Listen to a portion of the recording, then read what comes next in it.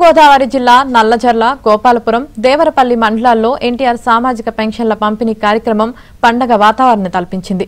TDP, Janasena, BJP పార్టీల నాయకులు, కార్యకర్తలు గ్రామాల్లో తిరుగుతూ లబ్ధిదారులకు పెన్షన్లు పంపిణీ చేశారు. ఈ సందర్భంగా ముఖ్యమంత్రి చంద్రబాబు నాయుడు చిత్రపటానికి, ఎన్టీఆర్ విగ్రహానికి క్షీరాభిషేకం నిర్వహించారు.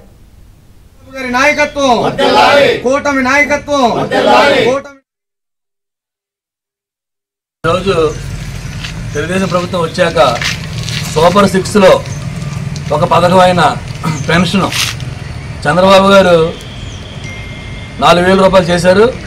4,000 మరియు 3 నెలల క్రితం ప్రకటించిన నెలకి 1,000 రూపాయలు చెప్పిన 3 నెలలకి 3,000, 7,000 రూపాయలు ఇస్తారని చెప్పి మొదటి నెల జూలై 1వ తారీఖున ఇస్తామని చెప్పి ప్రామిస్ చేశారు ఎలక్షన్ ముందు.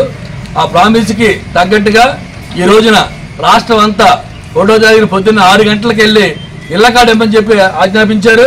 ఆ రకంగా పండగ వాతావరణం, ఇవాళ రాష్ట్రం అంతా పండగ వాతావరణం.